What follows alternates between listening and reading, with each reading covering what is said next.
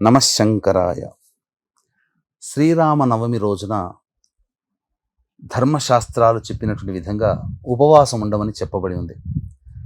నిజంగా శ్రీరామనవమికి అంత ప్రత్యేకత ఉందా అని సందేహాలు చాలామందికి వస్తాయి. మనకు ధర్మశాస్త్రం ప్రకారం చెప్పబడినటువంటిది ఏంటంటే, ఈ చైత్రమాసంలో వచ్చేటువంటి నవమి తిథి సకల సంపత్కరి, సర్వశుభకరి, సర్వశ్రేష్టకరి అని చెప్పబడి ఉంది. అంతేకాకుండా కోటి సూర్యగ్రహణాలతో సమానమైన తిథిగా కూడా చెప్పబడి ఉంది.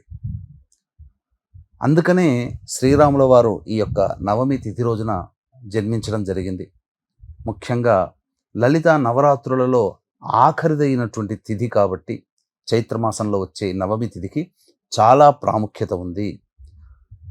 ఎవరైనా కానీ ఈ యొక్క చైత్ర శుద్ధ నవమి రోజున ఉపవాసం ఉండాలి అనుకునేటువంటి వాళ్ళు ముందు రోజు ఫలాహారం, రాత్రిపూట ఫలాహారము తీసుకోవడం, భూశయనం చేయడం, అలాగే ధూమపానము, మద్యపానము, మాంసాహార భోజనం రాత్రిపూట విసర్జించడం, దాంపత్యము కూడా విసర్జించడం, ఆ రోజంతా కూడాను స్వామివారి కళ్యాణం ఎక్కడ జరిగినా ఆ స్వామివారి కళ్యాణంలో పాలు పంచుకోవడం, శ్రీరామ నామాన్ని జపిస్తూ ఆ యొక్క సూర్యోదయం నుంచి సూర్యాస్తమయం వరకు ఉండి పానకము తాగి ఈ యొక్క ఉపవాస నియమాన్ని విసర్జించడం ద్వారా మానవులు ఏ కష్టముతో ఉన్నారో ఆ కష్టము నుంచి కూడా బయటపడతారు. అందుకనే ఆపదామపహర్తారం దాతారం సర్వసంపదాం లోకాభిరామం శ్రీరామం భూయో భూయో నమామ్యహం.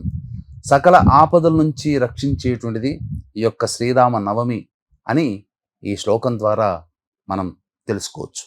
ఏప్రిల్ 2వ తారీఖు పౌర్ణమి తిథి ఉన్నటువంటి చైత్ర పౌర్ణమి తిథి రోజున మన పీఠమాధ్వర్యంలో సంవత్సరం అంతా నవగ్రహాల యొక్క అనుగ్రహం కలగడం కోసం నవగ్రహ పాశుపత హోమము, మృత్యుంజయ, సుదర్శన, లక్ష్మి లాంటి హోమాది కార్యక్రమాలు జరిపించి శక్తిపాతము చేసినటువంటి కరుంగలి మాల ఇవ్వడం జరుగుతుంది. అవకాశం ఉన్నటువంటి వాళ్ళు స్క్రీన్పై కనిపిస్తున్న నెంబర్కి కాంటాక్ట్ చేసి మీ గోత్రనామాదులు నమోదు చేసుకోవచ్చు.